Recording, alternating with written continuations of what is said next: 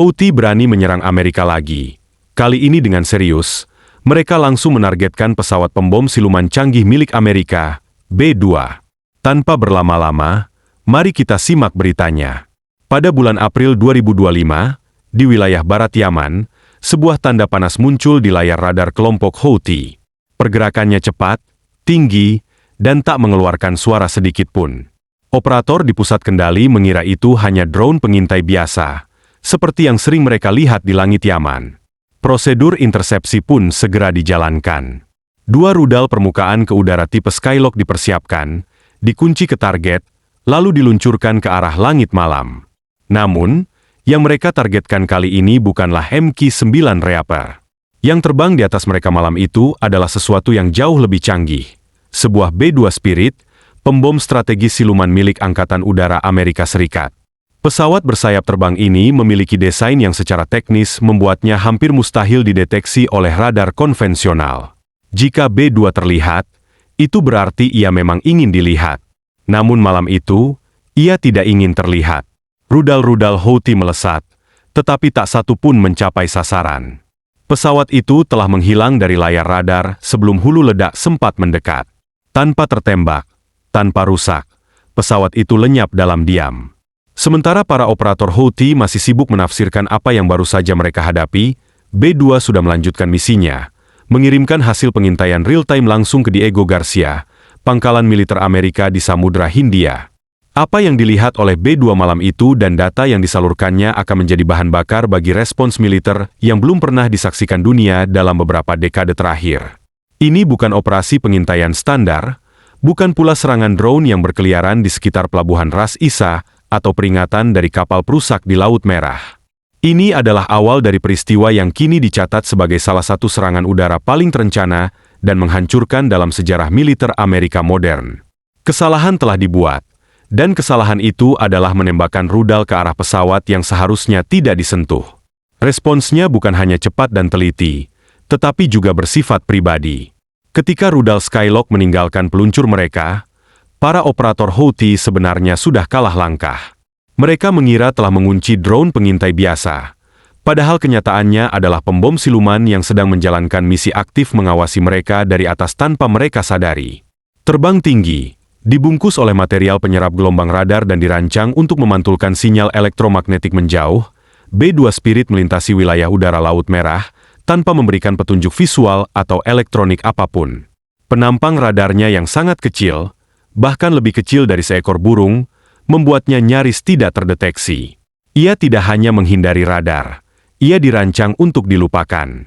Namun, entah mengapa malam itu, sistem radar Houthi menangkap denyut singkat. Hanya satu sinyal yang cukup untuk memicu peluncuran. Mereka bertindak cepat, menembak dari lokasi tersembunyi di lereng batu dekat Al-Huda. Rudal melesat ke udara, dan sistem dalam B-2 mengeluarkan peringatan ringan.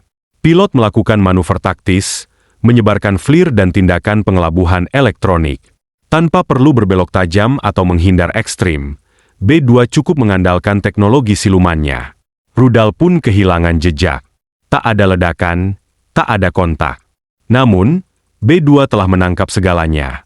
Vektor peluncuran, panas inframerah, lintasan, hingga koordinat pasti peluncuran.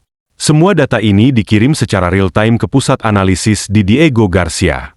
Di sana, para analis dengan cepat memetakan area sekitar dan mengidentifikasi pola panas dari instalasi di sekitarnya. Yang terekam bukan hanya satu lokasi rudal, tetapi bagian dari jaringan peluncuran bergerak yang lebih besar. Inilah titik balik.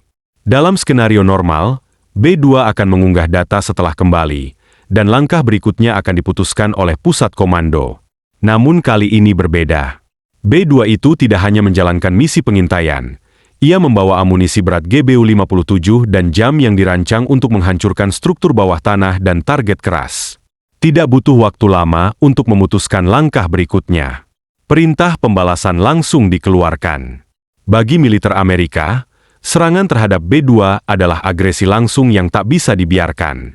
Ketika pembalasan itu datang, ia hadir dalam sunyi, tanpa peringatan, tanpa semburan api atau suara gemuruh.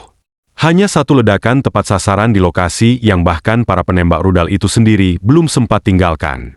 Dari langit tinggi yang tersembunyi di balik awan dan cakrawala, B2 mengunci targetnya dan menyelesaikan misinya.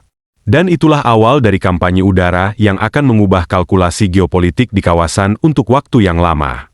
Profil serangan telah diperbarui langsung dari pusat komando dengan kemiringan kecil ke arah selatan, hanya beberapa derajat dari jalur semula. B2 Spirit menyesuaikan rutenya dengan koreksi halus yang cukup untuk membawa senjatanya dalam jangkauan optimal terhadap posisi musuh di darat. Para pemberontak HTI masih berusaha mendeteksi secara visual apa yang mereka yakini sebagai serangan yang berhasil. Namun, kenyataannya berkata lain. B2 telah mengunci target melalui sistem pemosisi global dan berada dalam fase pelepasan. Sepasang bom jam pertama dijatuhkan dengan tenang, tanpa suara atau jejak cahaya, dipandu gravitasi yang telah dikalibrasi selama penerbangan. Keduanya melesat turun dan menghantam hanya selisih 1 meter dari sasaran utama, pusat distribusi perangkat yang tersembunyi di balik sebuah struktur berbenteng. Ledakan langsung mengoyak bangunan tersebut. Tak lama berselang, letupan sekunder menjalar di lereng bukit, tanda jelas bahwa bahan peledak atau suplai tambahan ikut terkena. Bekas lokasi peluncuran rudal kini hanyalah cekungan terbakar di tanah. Namun, misi tak berakhir di sana. 2 bom berikutnya menyusul, kali ini diarahkan ke lokasi lain yang telah dianalisis sebagai kompleks bawah tanah, kemungkinan markas komando atau penyimpanan amunisi utama. Dengan berat lebih dari 2 ton, bom penetrator ini menembus struktur keras sebelum meledak di dalam tanah, menghasilkan tekanan yang menghancurkan dari dalam keluar. Semua itu terjadi dalam waktu singkat. Dari momen rudal pertama ditembakkan hingga dampak terakhir hanya butuh kurang dari 15 menit. Dalam kurun waktu sesingkat itu, 1 unit pertahanan lengkap musuh dilumpuhkan total. Dan ketika api masih menyala di tanah, B2 telah menjauh ke arah barat, meninggalkan wilayah operasi tanpa jejak. Kehadiran B2 di langit Yaman bukan untuk pamer kekuatan. Ini bukan demonstrasi. Ini adalah intervensi militer presisi tinggi yang ditujukan untuk menghancurkan fasilitas yang tak bisa dijangkau oleh serangan permukaan biasa. Bukan pesawat garis depan, tetapi senjata strategis yang dikerahkan hanya dalam kondisi paling penting. Begitu pesawat ini digerakkan, pihak musuh tahu sesuatu yang besar sedang terjadi. Namun, meskipun tahun 2025 telah menyaksikan evolusi radar dan teknologi deteksi, Spirit tetap melayang seperti hantu. Sistem pertahanan udara canggih sekalipun kesulitan melacaknya, menjadikan tindakan untuk menembaknya sebagai kesalahan fatal, tidak hanya nekat tetapi juga sembrono. Mereka tidak tahu apa yang mereka incar, tidak tahu seberapa besar konsekuensinya, dan tentu saja, tidak menyadari bahwa serangan mereka akan menjadi titik awal serangkaian operasi balasan dengan presisi tinggi. Sebab, B2 tidak hanya menurunkan bom malam itu. Ia menandai titik logistik, memetakan sumber komunikasi, menangkap panas aktivitas militer, dan mengirim semua data itu secara langsung ke pusat komando terpadu. Dengan informasi real-time yang diberikan oleh B2, Amerika mendapatkan pandangan langsung ke dalam sistem operasional kelompok Houthi. Semua itu dilakukan tanpa terlihat. Tak lama setelahnya, jet FA-18 Super Hornet dari kapal induk USS Harry S. Truman bergerak dari arah Laut Merah, masing-masing membawa muatan GBU-38, bom pemandu laser, dan AGM-88 HARM untuk menargetkan radar musuh. Serangan ini bukan kampanye panjang. Ini adalah badai presisi berdurasi 6 menit. Target pertama adalah lokasi peluncur rudal Skiat yang sebelumnya menembaki B2.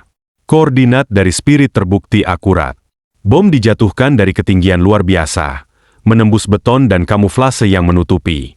Api dan ledakan mengubah situs itu menjadi puing-puing, dan dentuman susulan mengonfirmasi adanya bahan peledak yang tersimpan di bawahnya. Serangan berlanjut ke arah selatan, sekitar 2 km dari titik pertama.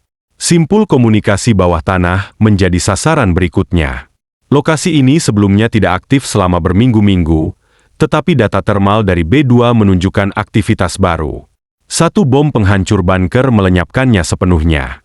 Sementara pembom menyasar target prioritas tinggi, pesawat tempur menyerang pelabuhan Ras Isa, lokasi yang dianggap vital oleh Houthi sebagai pusat logistik, pergerakan bahan bakar, dan finansial.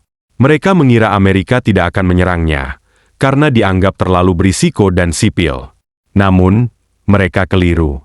Pukul 11.17 waktu setempat, gelombang pertama Super Hornet melintas rendah di atas Laut Merah, diselimuti gangguan elektronik dari pesawat EA-18G Growler yang menyamarkan jejak radar.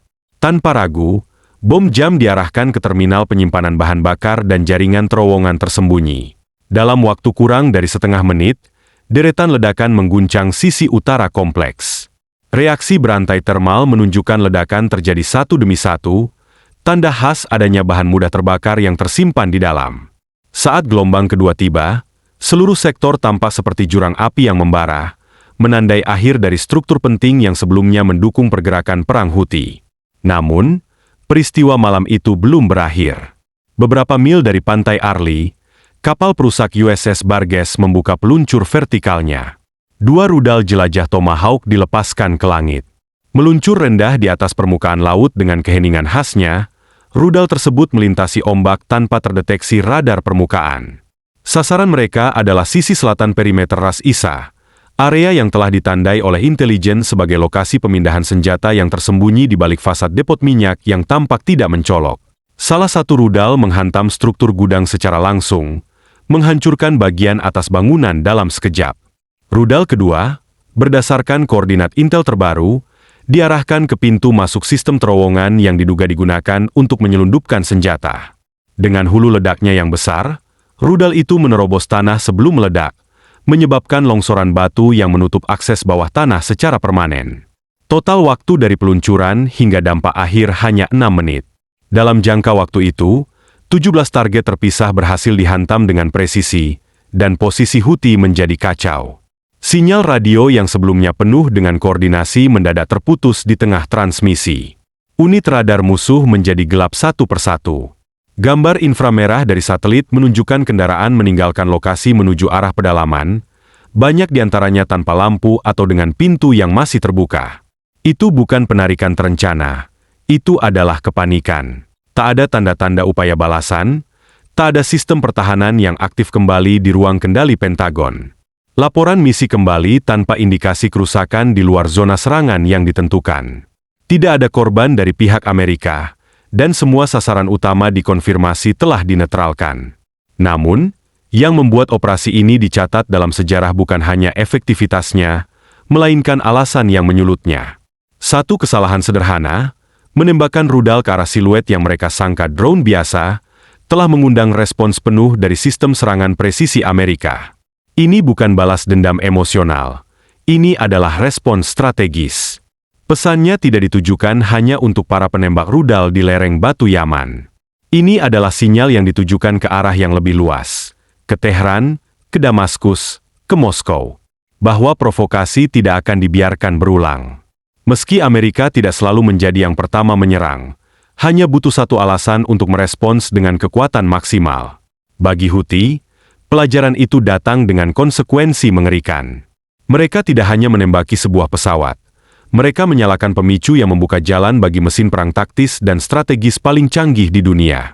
Saat matahari mulai terbit di Cakrawala, asap hitam masih mengepul dari kawasan industri Ras Isa.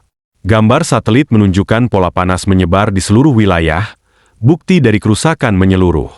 Area yang dulunya menjadi pusat logistik utama di pesisir Laut Merah kini hanya menjadi bekas luka yang hangus, gosong, dan masih membara. Di wilayah yang dikontrol Houthi, keheningan menggantung seperti kabut. Koneksi radio nyaris berhenti. Komunikasi digital minim hampir seluruhnya hilang. Hanya tersisa serpihan suara terputus-putus dari unit-unit yang kehilangan kontak dengan laporan bingung tentang hilangnya komando pusat. Beberapa tim tidak pernah melakukan check-in kembali. Sensor-sensor darat yang tertanam oleh Intel Koalisi menangkap pergerakan acak personel Houthi yang meninggalkan kendaraan mereka dan melarikan diri dengan berjalan kaki, menyebar ke berbagai arah dalam formasi tak beraturan. Namun, tidak ada pernyataan resmi dari mereka, tidak ada siaran radio, dan tidak ada klaim pembalasan, hanya kepulan asap dan kekosongan komunikasi. Itu berbicara lebih keras daripada 1000 kata. Kelompok itu tahu betul apa yang telah terjadi. Mereka hanya tidak pernah mengira bahwa responsnya seakurat itu. Yang berubah bukan hanya garis serang, tetapi juga kepercayaan diri. Peperangan modern tidak hanya dimenangkan dengan rudal dan ranjau, tetapi juga dengan penguasaan waktu, arah, dan siapa yang menentukan langkah berikutnya. Langit Yaman kini kembali sepi, tetapi itu bukan damai. Itu hanya keheningan yang datang sebelum pergerakan berikutnya. Setelah debu dari ras Isa mereda dan gelombang sinyal menghilang dari radar, sesuatu yang mendasar telah bergeser, tidak hanya pada lokasi atau strategi, tetapi juga pada nada diplomasi dan militer Amerika. Ini adalah pernyataan yang tidak diucapkan, bahwa menargetkan aset Amerika akan dijawab bukan nanti, tetapi sekarang juga. Rudal yang gagal malam itu tidak hanya meleset sasaran, ia memicu ulang seluruh persamaan. Apa yang dimulai sebagai misi pengintaian sunyi berubah menjadi demonstrasi kekuatan terukur, tepat, dan tak terhindarkan. Kini, setiap radar yang menyala terlalu lama, setiap antena yang muncul di tempat tak biasa, dan setiap komunikasi yang melenceng dari pola menghadapi risiko tidak hanya diawasi tetapi juga bisa dimusnahkan bahkan sebelum ada yang menyadari keberadaannya. Itulah jejak nyata dari 17 April. Dan itulah mengapa peristiwa ini akan diingat bukan sebagai insiden, tetapi sebagai titik balik dalam dinamika perang modern.